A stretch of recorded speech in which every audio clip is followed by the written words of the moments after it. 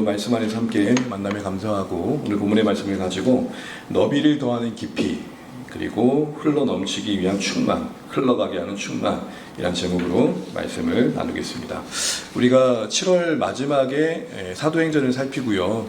이제 오랜만에 또 3, 4주 만에 또 사도행전을 보게 됩니다. 그래서 잠깐 기억을 좀 더듬어 보는 필요가 있을 것 같은데요. 간단하게 현재까지의 상황을 이야기할 테니까 편하게 한번 들어보십시오.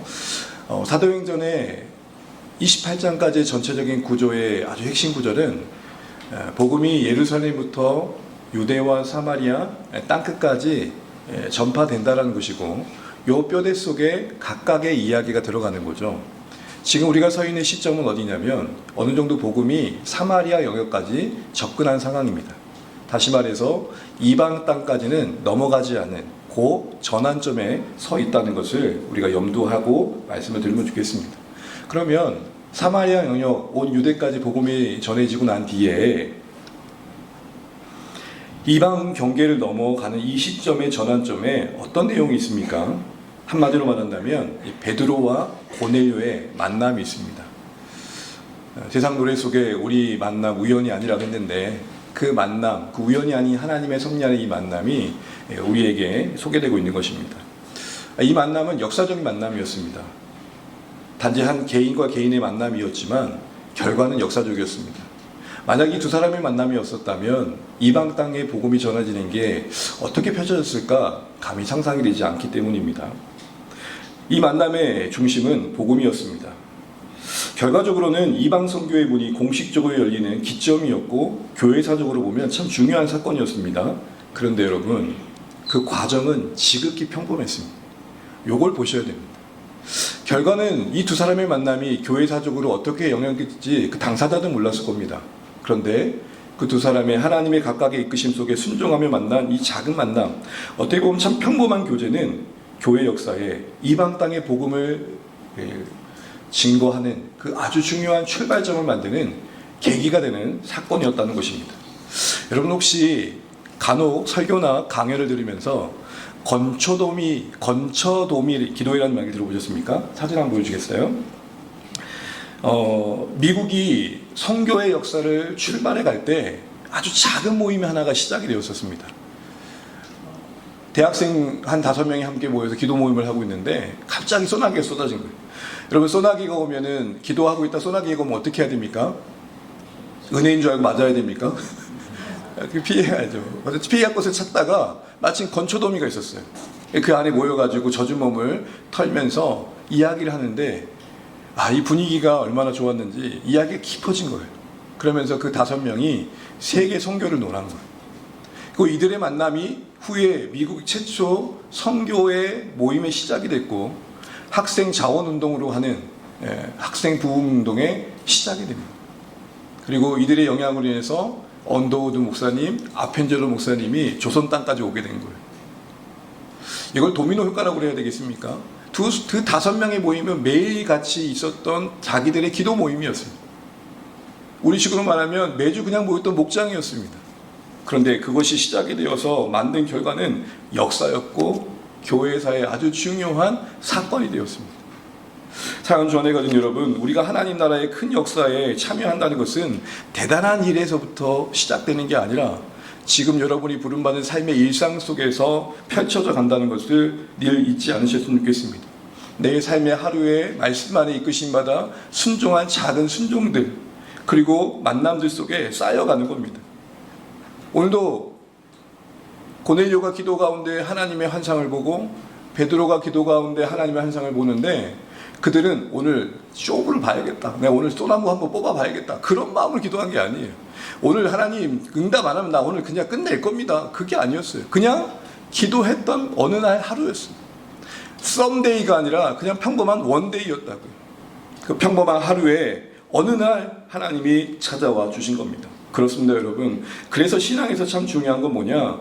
반복되고 그래서 지루한 평범한 나날들을 날마다 새롭게 마주할 수 있는 관점입니다. 누군가는 이것을 이렇게 설명하더라고요. 하루하루를 선물로 바라볼 수 있는 안목. 여러분 우리가 주중에 블레스라는 단어를 조금 더 실천적인 언어로 배웠습니다. 저는 이 목회를 해가면서 아니요, 한 신자로서 살아오면서 우리 신앙이 왜 일상으로 연결되지 않을까 싶을 때 우리가 들은 아주 아름다운 신앙의 언어들이 일상의 실천 언어로 바뀌는 것을 많이 경험해 보지 못했다는 겁니다. 여러분, 믿음은 뭘까요? 하나님의 주권을 인정하는 거죠. 그럼 그것은 일상 속에 어떤 부분도 고백될 수 있을까요? 이날도 하나님 주신 선물입니다. 하루를 선물로 맞이하며 반복되는 일상이지만 그 안에서 하나님과 동행하는 삶을 하나씩 쌓아갈 때 여러분, 그게 사건이 되는 거예요. 이런 관점에서 오늘 이 본문을 전환점의 시기라고 볼 수 있을 텐데, 그럼 전환점의 이 시기의 의미와 필요성은 사도행전 맥락 안에서 어떤 가치를 갖느냐라고 할 때 오늘 설교 제목에 제가 정리를 해봅니다. 한번 따라해 주시죠. 너비를 더하는 깊이. 여러분, 상식적으로 땅을 파는 때요, 내가 어느 정도 개간을 해야 됐다 싶을 때는 깊이 팔수록 더 넓게 팔 수 있는 겁니다. 경험해 보시면 알겠지만 땅을 파다가 넓게만 파다가 보면 더 이상 진척이 안 돼요. 그런데 한번 깊이 파고 나면 그 깊이만큼 더 넓어질 수 있는 거거든요. 바로 그런 개념입니다. 우리가 흘려보내려고 할 때 없는 것을 쥐어짤 수 없습니다. 체험 받아야 되고 공급 받아야 됩니다. 이번 주도 말씀드렸지만 우리는 복을 받아야 흘려보낼 수 있는 복이 있는 존재인 거죠. 본문을 이런 시점에서 보게 되게 되면 보이는 것들이 몇 가지가 있는데, 우선 이 시점에 지금 사울은 어디 있죠? 다소에 있습니다. 베드로는요, 오늘 본문에 잠깐 언급되지만 욥바에서 머물고 있습니다. 특별히 사도행전 9장 43절을 보게 되면 베드로는 무두장의 집에 머물고 있다 그럽니다. 이 머문다라는 개념은 진전, 진치, 활동, 왕성함, 이런 개념이 아닙니다. 멈춰 서 있는 시간입니다. 여러분, 사도행전 9장 앞에 베드로가 얼마나 왕성하게 사역을 했습니까? 유다 경계선까지 온갖 곳을 오고 가며 열심히 활동했던 것을 우리가 나눴잖아요. 그런데 지금 멈춰져 있습니다. 여러분, 그러시더라고요. 제가 아는 한 어르신이 은퇴를 하시고 난 다음에 매일 매달 어쨌든 조그만 연금이라도 받으시면 살면 되는데, 어느 갔더니 어디가 다쳐 있어서요. 그래서 왜 그러세요 했더니 말을 안 하세요. 그러다가 평생 한 번도 안 가본 일터를 가봤다는 거예요. 그 매일 하는 건 뭐죠? 노가대. 이 표현 맞는 거죠? 틀린 말 아닌 거죠? 일터의 현장에 한번 가봤다는 거예요. 근데 이제 손에 안 익으니까 다친 거죠. 아유, 왜 굳이 그러셨어요? 연금 받으시고 그러는데 했더니 아직 뭔가 할 수 있는데 뭘 할 수 없다는 게 더 힘들다라는 거예요. 그러니까 베드로 입장에서는 그 열정을 가지고 온갖 것을 도달하는 건 더 잘할 수 있는데 언제인지 모르지만 욥바에 계속 머물고 있어요.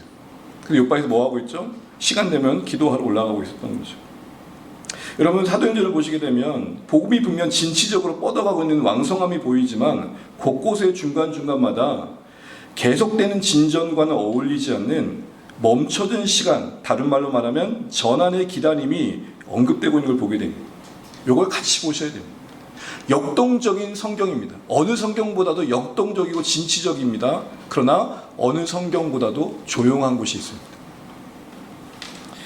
초기 1장에서도 이 역동적인 사도행전은 약속하신 성령을 기다리라는 기다림으로 시작합니다. 어느 누구보다도 하나님 편에서는 온 땅에 복음이 전해진 게 급하실 텐데 제자들에게 한없이 기다리라고 말씀하시고, 그리고 그들은 그 시간을 기도로 보냈던 거죠. 하나님께서는 왜 이런 기다림, 우리에게는 어떤 전환점과 같은 시간들을 갖게 하실까요? 그것은 넓히기 위해 깊어져야 되기 때문에 그렇습니다. 우리의 열심만도 되는 게 아닌 것을 알려주시려고 하는 거죠. 여러분, 한번 보세요. 우리가 하는 만큼 늘 즉각 결과가 나오면 그거 하나님 주신 것으로 할까요? 아니면 내가 한 걸로 할까요? 해도 안 되는 상황을 경험해 봐야 주시는 분은 누구란 걸 알아요? 하나님이시란 걸 알아요. 그 멈춤의 의미가 거기 있는 겁니다. 우리 인생, 우리 뜻대로 안 되는 순간들은 괴롭죠. 그런데 영적으로 보면 그 시간들을 통해 우리 안에 아주 중요한 것을 만드십니다. 우리의 삶에, 우리의 사역에, 우리 인생의 모든 주권과 때는 하나님 그분께 있다는 것. 더 나아가 그 시간을 통해서 그래서 우리를 좀 더 충만하게 하시고 깊이를 더하십니다. 하나님의 일을 하는 사람으로서 필요한 성품과 믿음과 인격을 마련해 가시는 시간들로 써 가시더라는 겁니다. 사람이 바쁘게 움직일 때는 자기 자신을 돌아볼 여력이 없습니다. 여러분 한번 보십시오. 상황에서 분주하게 하루를 보다고도 집에 들어오면 조용히 묵상하는 게 편합니까? 아니면 벌떡 누워버리는 게 납니까? 우리가 바쁜 일상 속에 우리 자신을 돌아본다는 게 쉽지 않다는 걸 압니다. 그래서 우리에게는 하나님이 뜻 안에서 멈추는 그 단순한 시간들을, 그 기다림의 시간들을 보내게 하실 때가 있더라는 것이죠. 어떤 면에서 그 시간에 의미가 있는 겁니까? 하나님이 앞으로 하실 그 어떤 일들을 위해 한 개인을 준비하고 어떤 한 공동체의 토대를 마련하는 시간들로 사용해 가신다는 겁니다. 여러분, 교회를 좀 다니신 분들은 많이 들어보셨을 거예요. 현대 선교의 아버지라는 분, 바로 윌리엄 켈리입니다. 화면 보이시고요. 이분이 인도 선교를 개척하셨던 분인데, 이분이 원래 구두수성공입니다. 직업 자체는 그 당시에 그렇게 대단한 건 아니었죠. 그런데 그냥 뜨거운 마음에 하나님 나라를 품고 세계 선교, 당시에 아무도 시도하지 않던 시대를 시도한 거예요. 인도에 갔는데 얼마나 그 뜨거운 마음이 열매 맺기를 기다렸겠어요. 근데 한 7, 8년 동안 아무 일도 없는 거예요. 저 한번 생각을 한번 해봤어요. 저희 교회가 이제 3년 8개월, 4년 가까이 되고 가잖아요. 아마 아무도 안 온다 생각해보면, 우리 이제 개척 나오신 분들 남아계다 보면 여러분들 저를 좋아하셨겠어요. 어떻게 보셨을까요? 저것이 기도 하나 목사가 영역이 없는 것 같아 하면서 그러시죠. 제 개인 생각입니다. 여러분이 그렇다는 건 아니고. 무슨 말씀 드리는 걸까요? 이 멈춰진 긴 7년의 시간은 그를 낙심케 하기도 너무 충분했습니다. 단 한 명의 기종자도 없었거든요. 그런데 그 시간 동안 그는 뭐 했을까요? 인도 언어로 성경 공부 교재를 준비하고 성경을 번역하는 시간을 보내요. 그리고 나서 7, 8년 뒤에 한 분 한 분 돌아오기 시작하는데, 이때 준비했던 성경과 성경 공부 교재가 그 사역의 기반이 되고 토대가 되어져서 인도 선교의 물꼬를 트는 계기가 됐다는 것입니다. 어떻게 보면 이 윌리엄 켈리 입장에서는 열매 없는 기다림 같았지만 토양을 갈아엎는 은혜의 시간이었던 거죠. 하나님께서 우리 인생에 멈춤을 주셨다면 당장은 그게 낭비처럼 여겨지고 허비처럼 여겨질지 모르겠지만 어느 편에서는 하나님의 우리 인생의 준비다, 그런 믿음의 안목을 가지고 우리 인생을 해석해내고, 사실은 우리 모두가 닥치면 경험할 수밖에 없는 그 조급함보다는 이 모든 시간의 주권자이신 하나님의 일하심을 더 신뢰 가운데 바라보실 수 있는 우리 주안의 가족 되시길 바랍니다. 기다림의 시간 속에 우리의 시간은 멈춤입니다. 그러나 하나님의 시계는 맞춤입니다. 우리는 멈춤이지만 하나님은 정확한 타이밍에 맞추고 계시는 맞춤입니다. 우리 이런 하나님의 일하심을 다시 한번 바라보면서 이해되지 않는 현실의 여러 일들 속에 믿음을 이어가시는 우리가 되시면 좋겠고, 이 시간을 통해 나를 채우시고 내 인생의 깊이를 더하시는 하나님의 일하심이 무엇인지를 고민하고 그 다음 단계로 가기 위한 준비의 시간들을 마련해 가시는 그런 고백이 있으면 좋겠습니다. 근데 이렇게 보고 나니까 오늘 고넬료의 핵심을 중심 내용으로 다루는 이 10장이 오히려 주제가 베드로에게 있다는 것을 보게 됩니다. 여러분, 지금 고넬료의 한 사람은 다만 한 사람이 아니라 앞으로 복음 이전의 이방 땅의 상징적인 존재입니다. 이 사람이 예수님께로 돌아온다는 것은 한 사람의 회복이 아니라 이방 사역의 물꼬가 튀어진 겁니다. 그런데 이 귀한 일, 이 급한 일을 하시기 전에 하나님은 누구에게 지금 시간을 쏘고 계세요?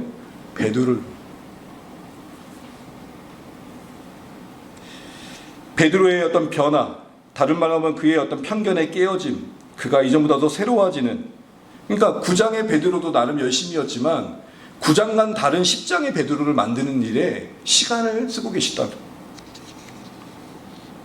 그래서 여러분, 우리는 요 하두를 가지고 본문을 좀 보면서 주시는 교훈들을 정리해 보면 좋겠는데요. 다른 게 아니라 고넬료의 돌이킴보다 더 선행되어야 했을 베드로의 변화. 고넬료가 돌아오는 게 참 귀하고 급하고 소중한 일인데, 요 사람이 예수 믿는 것보다 더 먼저 되어서야 될 우선된 일은 뭐냐 할 때, 그에게 복음을 전할 베드로의 변화가 더 하나님 관점에서는 더 우선되고 있다는 사실, 요 맥락에서 오늘 본문을 보면 좋겠습니다. 먼저 고넬료에 대한 이야기를 잠시 하고요, 다음 주엔 더 자세히 나눌 텐데, 오늘 본문에 언급된 부분을 살펴보면 1, 2절을 보시면 고넬료는 로마 군대 백부장인데 이달리아 부대임에도 불구하고 가이사랴에 주둔하고 있습니다. 가이사라고 한다면 우리식으로 말하면은 항구 도시라서 배가 접근할 수 있는 아주 큰 도시였습니다. 유대 땅에서는 가장 큰 도시였고 로마가 항상 접근할 때 들어왔던 그곳이었고, 그래서 그곳에 로마 황제가 늘 드나드니까 로마 황제를 기념하는 기념상들이 많았습니다. 근데 이런 로마 군대가 이렇게 곳곳에 어떻게 보면 주둔했던 이유는 뭘까요? 로마가 정복국으로서 치안을 잘 관리하려면 곳곳에 군대를 배치해가지고 폭동 이럴 때마다 그때그때 저지해야 되지 않겠습니까? 그런 의미에서 항상 로마 군대는 파송받았고 곳곳에 배치되었던 겁니다. 오늘 이 고넬료도 그런 사람 중에 한 사람이었고, 그래 특별히 백부장이었습니다. 이 백부장 말 그대로 100명의 군인을 관리하는 장교였습니다. 어느 정도 신분이 있고 정복국의 입장에 있었으니까 로마 정신으로 무장된 사람이었을 겁니다. 그런데 이 사람이요, 정복국 로마가 섬기지 않는 피정복국 이스라엘이 섬기는 유대교에 관심이 생긴 겁니다. 왜 그런지 성경에 자세히 나오지 않았지만 적어도 이 사람이 유대교에 가입했던 것은 성경에 언급되어 있습니다. 여러분 2절 보시게 되면 하나님을 경외하고 사도행전 맥락 안에서는 적어도 이 표현이 나오면 이건 전문 용어입니다. 무슨 전문 용어요? 이방인이었지만 유대교로 개종한 사람. 이 사람을 뭐라고 표현했다고요? 하나님을 경외하는 자라고 표현했다. 여기서 추정할 수 있는 건 뭐죠? 적어도 이 사람은 로마 사람이지만 정복국의 군인 장교이지만 어느 누구보다 로마 정신으로 무장되어 있지만 주둔하는 그곳에서 보고 듣는 유대인들의 모습에 매력을 느꼈던 겁니다. 그래서 그는 유대인들, 그 경건한 유대인들의 모습으로 살아가고 있었습니다. 그러나 이방인이었기 때문에 여전히 그는 이방들 그 이상을 넘어갈 수 없었습니다. 유대인들처럼 온전한 제사를 드릴 수 없었던 거죠. 그러나 그는 신실하게 하나님을 찾아 기도했고 그 기도에 어울리는 구제의 행위를 이어가고 있는 걸 보게 됩니다. 여러분 누가가 쓴 누가복음이나 사도행전을 보게 되면 신앙의 아주 중요한 덕목 두 가지를 늘 강조합니다. 그가 하나는 기도이고 구제입니다. 기도는 하나님의 음성을 듣는 거라면 구제는 이웃의 음성을 듣는 겁니다. 같이 가는. 다시 말해 우리가 하나님의 음성을 듣는 이유는 내가 살아가는 삶의 현실 속에 일상 속의 관계 속에서 들려주시는 하나님의 음성, 이웃들을 통해 들려주시는 하나님의 음성을 듣고 순종하기 위함이라는 거죠. 어쨌든 이 사람은 매력 있는 사람이었습니다. 진실하게 살려고 그랬고요. 그런데 이런 고넬료에게도 하나님이 천사를 보내 찾아가십니다. 이게 우선 우리에게 보여주는 게 뭘까요? 다음 주에 더 자세히 다루겠지만 아무리 진실하게 살려고 하는 이 사람에게도 예수 안에서 복음이 필요하다는 겁니다. 여러분 그런 분들 있잖아요. 아유 이 사람 법 없이도 잘 살 사람이고 천국 갈 사람이야. 예수 그리스도를 믿는 믿음이 없음에도 불구하고 진실하게 살면 남에게 해 끼치지 않으면 천국 가는 거지, 이렇게 이야기하는 경우가 있습니다. 그렇게 말하는 분들의 마음을 못하는 건 아니지만 하나님 앞에서 우리 모두가 죄인이라는 측면에서 우리를 구원할 분은 예수 그리스도밖에 없는 게 기독교 신앙의 복음의 핵심인 거죠. 아무리 겉으로 볼 땐 진실하게 사는 인생이라 할지라도 중심을 보시는 하나님 앞에 모든 것이 드러난다고 생각해 볼 때 우리는 은혜와 긍휼이 필요한 인생이라는 것을 오늘 고넬료를 찾아가 구원을 베푸시는 을 통해서 보여주시는 겁니다. 아무리 법 없이 사는 사람일지라도 예수 없으면 구원에 이루지 못한다는 겁니다. 아무리 연약한 인생이더라도 예수 그리스도 안에 있으면 하나님의 나라의 백성 된다는 겁니다. 이 명확한 복음의 내용이 오늘 고넬료를 찾아간 하나님의 관심과 은혜 베품 속에 담겨있는 의미입니다. 더 나아가서 한 가지 질문이 드는 것은 그겁니다. 여러분 한번 생각해 보세요. 고넬료를 구원하신 건다만 생각해 본다면 저 같으면 표현이 좀 그렇습니다. 제가 만약 하나님의 이치에 있다면 그냥 보낸 천사를 통해서 깔끔하게 복음 전하고 돌아오게 하면 안 됩니까? 여러분 그런 의문 안 드셨어요? 이야기면 여러분 이런 질문, 제가 고넬료에게 전도하는 게 더 잘 먹힐까요? 천사가 전도하는 게 더 잘 먹힐까요? 말 잘하시죠? 누가 전도하는 게 더 잘 먹힐까요? 또 그렇게 말한다고 말을 안 하시면 어떡해요? 천사죠. 그 영광스러운 모습으로 찾아가서 하늘의 언어로 이야기를 할 때 누가 꿈뻑하지 않겠어요? 제가 볼 때 고넬료는 항상 기도한다고 볼 때 영적으로 민감한 사람입니다. 이런 사람일수록 어떤 걸 느끼고 보는 거에 얼마나 큰 자극을 받겠습니까? 그런데 이런 표현을 해볼게요. 굳이 베드로를 보내셔요. 여러분, 여기서 은혜가 있는 거예요. 사실 천사가 더 탁월한 존재입니다. 우리의 인간의 연약함에 비하면 천사는 영적 존재이고 영물이잖아요. 하나님의 메신저로서는 천사가 탁월합니다. 그런데 하늘의 귀한 복음은 우리에게 맡기셨어요. 굳이. 그 굳이가 은혜인 거예요. 자격 없고 연약한 우리가 하나님의 나라에 동참하도록 기회를 주신 게 은혜라는 것을 우리 여기서 보게 되는 것이죠. 더 나아가서 오늘 이 고넬료가 천사를 통해서도 복음을 들을 수 있었지만 다른 사람을 통해, 다른 교회를 통해 복음을 들을 이유의 또 하나의 이유는 이 고넬료가 갖는 상징성 때문에 그렇습니다. 여러분, 고넬료는 누구를 대표한다 그랬죠? 이방인을 대표해요. 베드로는 누구를 대표할까요? 유대 그룹을 대표해요. 그러면 이 두 사람의 만남과 화해와 허그는 이방인을 안아주는 유대인인 거예요. 이게 왜 중요했을까요? 앞으로 고넬료가 회심하고 이를 통해서 복음이 전해진다 하더라도 복음의 시작이었던 예루살렘 교회에서 이들을 이단시하거나 인정하지 않으면 이방 선교가 더 활발하게 이루어질까요? 어려움을 겪을까요? 제가 예를 들어서 자꾸 여기 제가 이렇게 조희면 선생님이 계셔서 조희면 선생님이 갑자기 은혜 받아가지고 목회를 한다는 거예요. 저희 교회가 하나님의 은혜가 있어서 또 분립할 수 있는 기회가 생긴 거예요. 근데 이 사람이 좀 기다리면 될 텐데 열정이 좀 뜨거워서 도망간 거예요. 교회 개척을 해요. 그거와 교회 갑자기 혜림자매가 째려보는데 목회 안 할 거야, 걱정하지 마. 농담이에요. 이 이명재가 교회 속에서 세워져 가지고 모두의 축복 속에서 건강한 교회, 조안의 교회, 파송을 받았다는 사실 속에 가는 것과 이후에 이 사람의 사역이 펼쳐질 때 어떤 게 더 나을까요? 그런 관점에서 본다면 오늘 베드로와 고넬료의 만남은 필연적이었고 하나님의 계획 안에 있었던 것이고, 베드로가 예수 그리스도를 믿는 유대 그룹의 대표자로서 예루살렘 교회의 지도자로서 고넬료를 만나 복음을 전하고 그가 믿는 것을 목도하는 것은 베드로 자신에게도 필요했던 과정이고, 이후에 예루살렘 교회가 이방 교회를 바라보는데 아주 중요한 계기가 되는 사건이 될 수 있었던 것입니다. 그런 측면에서 베드로는 고넬료를 만나야 했고 고넬료는 베드로를 통해 복음을 들어야 했다라는 것입니다. 그런데 여러분, 그 과정에서 하나님은 고넬료 이전에 베드로를 다루셨다는 게 핵심인 겁니다. 그러기에 10장은 고넬료의 핵심보다 핵심 주제가 뭐냐? 베드로의 변화입니다. 베드로의 핵심입니다. 여러분, 우리는 핵심 그러면 예수 그리스도를 처음 믿을 때만 핵심을 생각합니다. 아니요. 그렇게 나니까 한국교회 성도들의 어떤 신앙이, 어떤 한국교회 전반적인 신앙이 어떻게 보면 문제가 생기는 것도 있을 것 같아요. 그런 신학적 생각 때문에. 왜 그렇죠? 핵심을 한 번만 하면 끝난다고 생각하는 거예요. 아니요. 근본적인 핵심은 한 번이지만 이후의 핵심은 계속돼야 됩니다. 핵심이 계속된다는 말이 뭐죠? 우리가 거룩을 지향한다는 거예요. 여러분, 누가 안타까울까요? 누가 해서는 안 된 말을 했던 것 때문에 속상하고, 누가 하지 말아야 했던 것 때문에 괴롭고, 누가 마땅히 해야 될 것을 하지 않는 것 때문에 힘들까요? 그걸 하나님 앞에서 인식하는 자, 거룩을 지향하는 자, 거룩을 지향하는 만큼 우리 인생의 그늘이 보이고 내 마음의 죄가 보이고, 그러니 어찌할 수 없는 실망스러운 현실을 떠안고 하나님 우리를 긍휼히 여겨주세요라는 기도가 드려질 수밖에 없는 것이죠.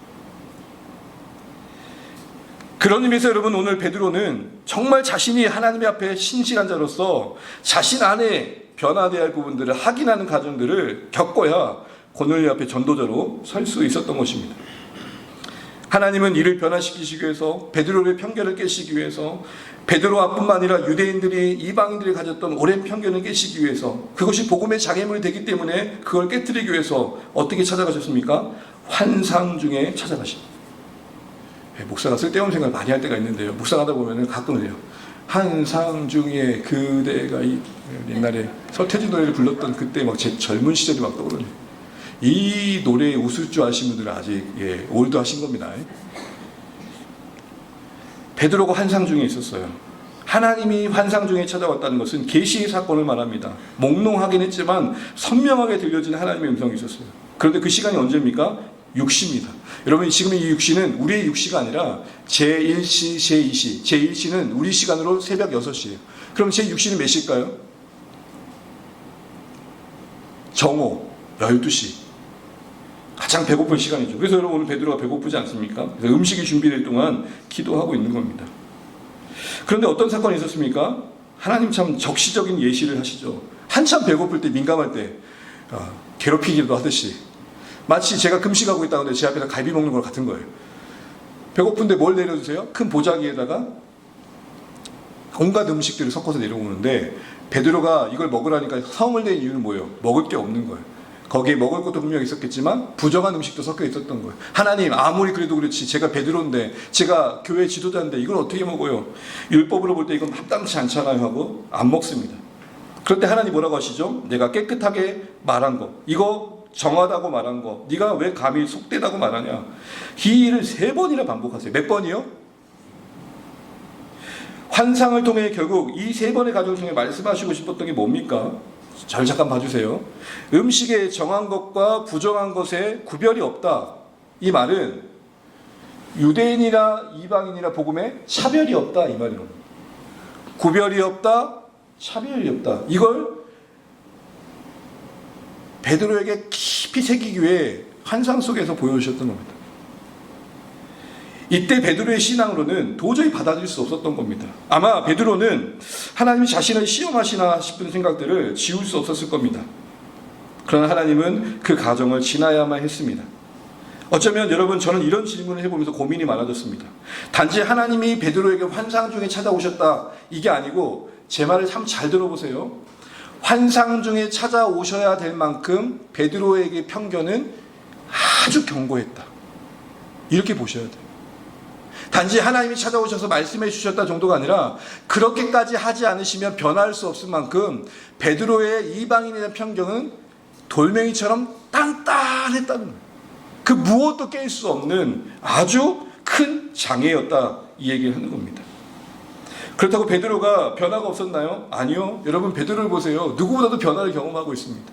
우리가 이 사도행전을 읽어오고 있지만, 사마리아 땅에 아무도 가지 않는데 베드로와 요한에 가서 축복하고, 이곳에도 하나님이 일하심을 보고 거기 돌아다니잖아요.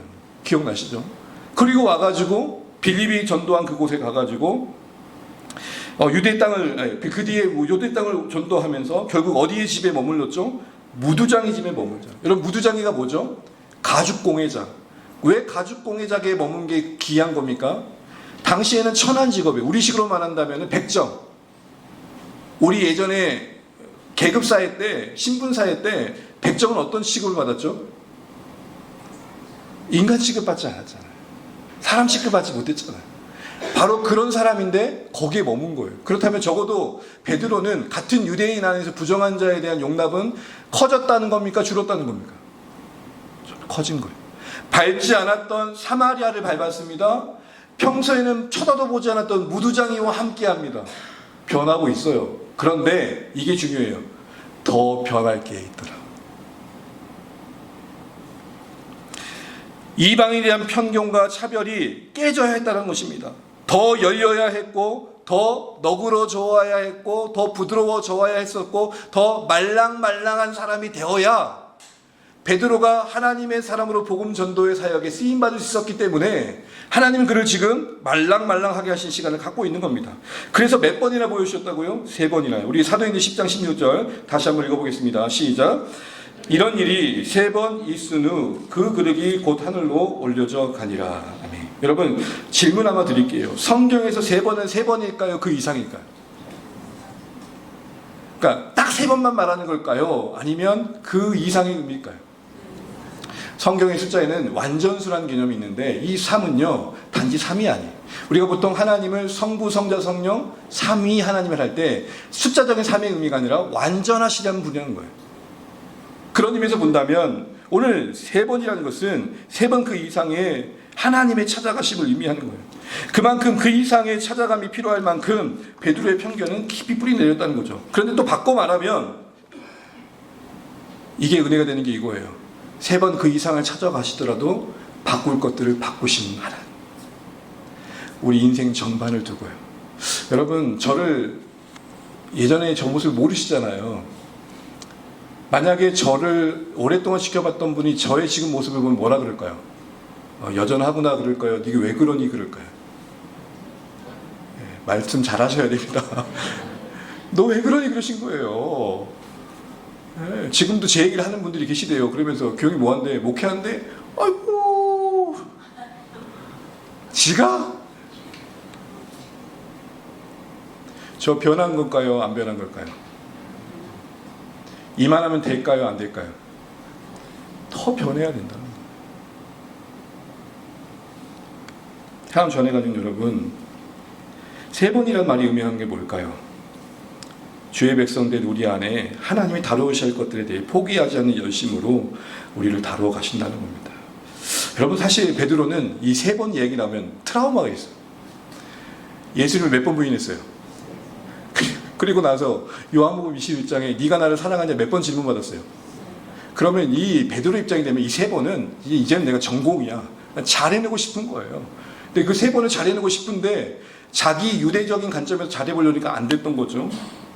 근데 계속해서 하나님께서 말씀하시니까 이번에 지전에 트라우마를 겪고 나니까 이게 또 실력이 되는 거예요. 아, 하나님 다른 관점을 말씀하시나 보다 라고 받아들인 거예요. 처음에는 시험인 줄 알고 하나님 저를 시험하지 마십시오 라고 절대적으로 부정했지만 계속해서 찾아오시니까 다른 생각을 갖게 했던 거예요. 여러분, 우리 인생에도 처음에는 충돌이 있어요. 지금까지 여러분까지 사오실 때 신앙의 결이 달라요. 어쩌면 목회자인 저를 보실 때 여러분이 보셨던 목회자와 너무 달라서 이상하다 싶을 수 있을 또 계실지 모르겠어요. 서로 가지고 우리는 각자 다른 인생 속에 하나님의 붙들심 속에 살아온 서사가 있어요. 이것이 만났을 때에 우리는 그 서로의 다른 속에서 겸손히 듣고 배워야겠죠. 그러나 또한 우리 안에 뭔가 변화를 요구받을 때 하나님의 이 변화의 요구 앞에 밀어내고 내가 이겨내고 이런 자세만이 아니라 계속 뭔가 그런 부분에 대해서 하나님께서 두드림하신다면 그 부분에 대한 겸손함과 기도가 필요한 거예요. 하나님이 나에게 이 변화를 원하시는가 보다. 사도행전 내내 환상이 그런 역할을 했습니다. 사도행전에 환상이 나온 부분이 몇 분 있는데요. 가장 유명한 부분이 어디죠? 마게도냐 사람들이 일어나 와서 우리를 도우라. 누가 본 환상이에요? 사진을 보여주세요.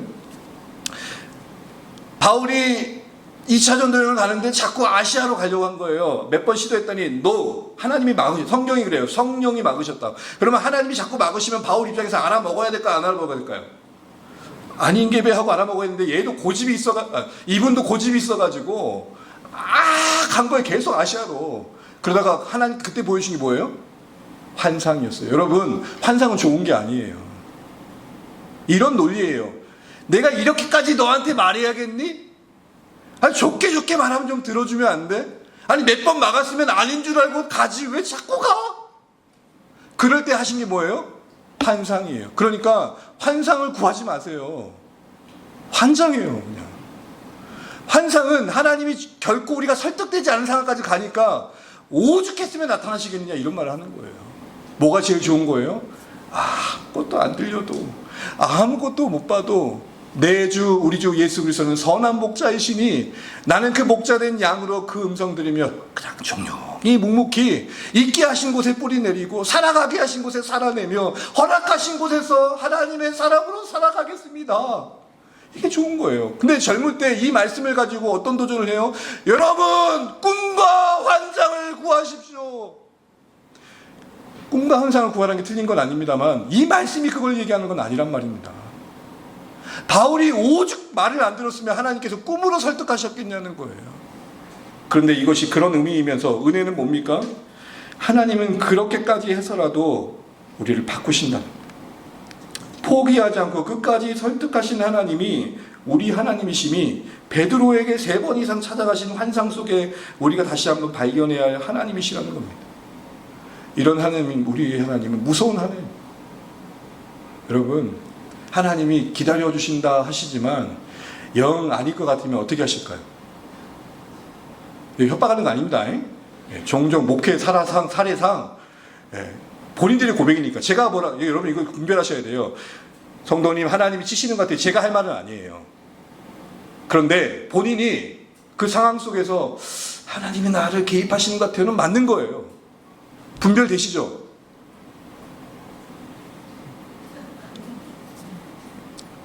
제가 감히 가가지고 성도님의 가정에 가서 어려운 일이 생겼기 때문에 성도님 저때 제가 권면했던 거 말씀 안 듣더니 결국 그렇게 됐네요.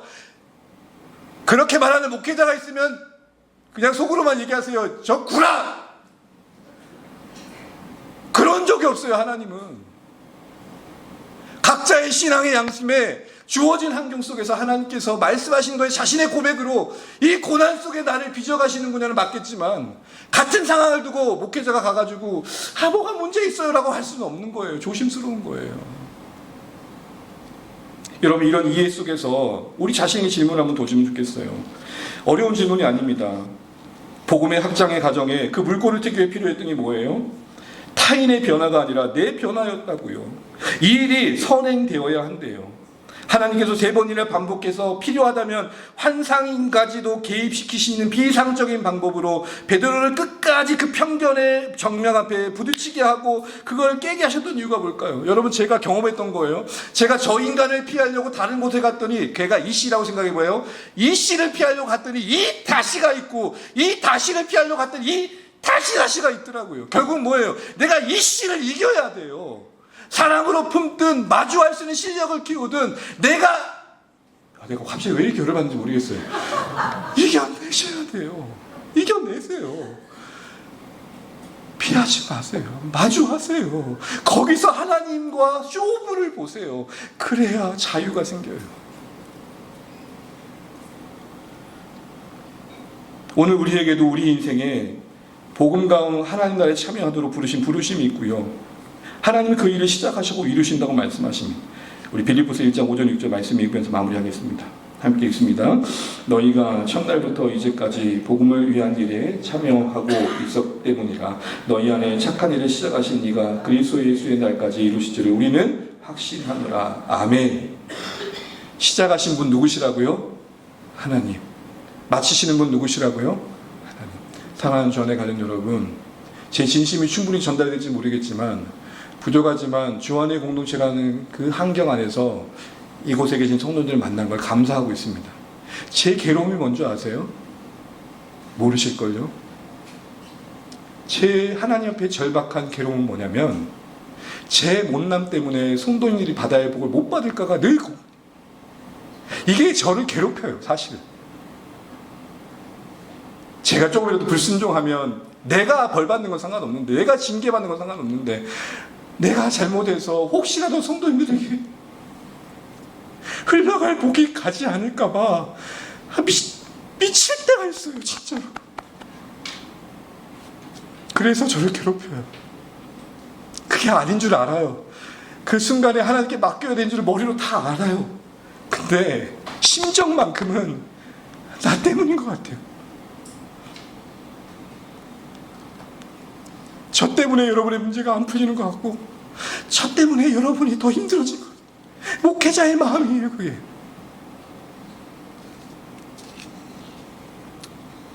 그러나 다시 이 말씀 앞에 소망을 갖는 건 뭐죠?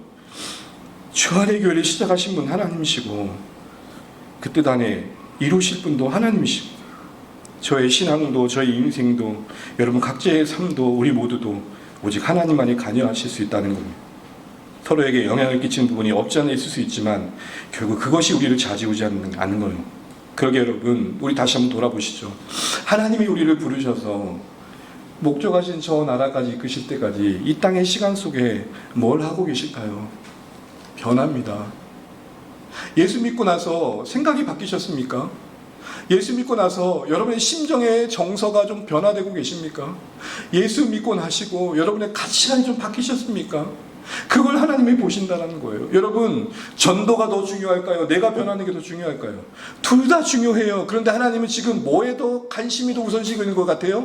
우리가 먼저 잘하래요. 전도 걱정하지 말고. 우리가 먼저 잘하래요. 복음의 사역에 참여하기 위해 내게 합당한 성품인지를 돌아보라고 하십니다. 사람을 어떤 기준을 두고 좌우 따지지 않는 열린 마음이 있는지를 돌아보래요. 감동이 있으면 내 성품상 그럴 수 없지만 순종의 용기를 할 수 있는지를 돌아보래요. 다 안다라는 인생의 연륜 속에 가르치려고만 들었던 내 모습 속에 누군가를 통해서 배우라고 하는 그 마음을 부으실 때 겸손히 배우라고 하시는 말씀을 듣고 있는지를 돌아보래요. 말로만 하는 삶이 아니라 삶이 있는지 그 일치에 고민이 있는지를 돌아보래요. 이런 모든 변화의 중심에 가장 큰 걸림돌은 누굴까요? 여러분, 비밀 하나 알려드릴게요. 주안의 교회가 개척한 뒤로 저를 가장 힘들게 하는 성도님이 계세요. 아직도 안 떠나고 계셔요. 저예요. 여러분이 저를 힘들게 하는 게 아니라 제가 저를 힘들게 하는 겁니다. 사랑하는 주안의 가족 여러분, 진실한 성찰이 그래서 필요한 것 같습니다. 이번 주에 강사님을 통해 들었던 블레스의 관점에서 돌아보든 말씀의 관점에서 돌아보든 우리가 복음의 사역에 참여하기에 합당한 자로 빚어져야 할 영역들을 하나님께서 다루신 것을 우선한다고 생각해 보시죠. 이렇게까지도 한번 생각해 보십시오. 내가 누군가에게 전도를 하고 있고 복음의 관심 가운데 찾아가고 있지만 혹시 이 일이 지연되는 이유 중에 내가 먼저 바뀌어야 할 그 무엇이 있기 때문에 그러시진 않는지를 생각해 볼 수 있는 것도 약간은 극단적일 수 있지만 오늘 말씀의 맥락 안에서는 진짜 우리가 고민해 본, 저에게 적용해 볼까요? 주 안의 공동체가 더 하나님 뜻 안에서 풍성해지지 못한 이유에 누구누구가 아니라 제가 먼저 뭘 해야 될지 고민하는 거예요.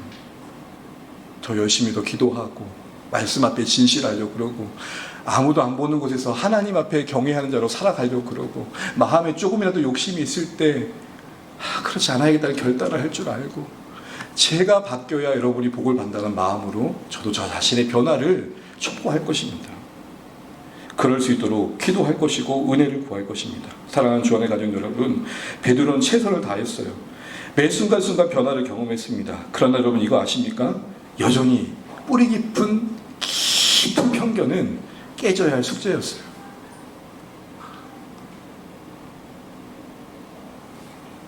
우리 모두 하나님 앞에서 더 달라져야 할 모습이 무엇인지 다시 한번 돌아보시면 좋겠습니다. 낯선 진리를 향해서 담대히 나아가시고 그 낯섦이 우리 안에 익숙해질 때까지 하나님의 우리 인생의 변화의 여정을 잘 기울여 가시면 좋겠습니다. 오늘 믿고 고백하는 말씀에 나를 한번 맡겨보시고 그 말씀에 나를 바꿔보시고 그렇게 한 걸음 한 걸음 걷는 길을 반복하다가 어느새 내 삶에 하나님의 위대하심이 발견되어지고 나를 통해 하나님의 흔적들이 드러나는 은혜가 있으시기를 간절히 소망합니다. 더 열리는 자리에, 더 보드라워진 자리에, 더 말랑말랑한 자리에, 더 많은 사람들이 그래서 안을 수 있고 품을 수 있는 그런 은혜의 자리에 어느새 서셔서 오늘 고넬료를 만나기 전에 베드로를 먼저 만드신 하나님의 일하심이 우리 인생 가운데 먼저 경험되시기를 간절히 축복합니다.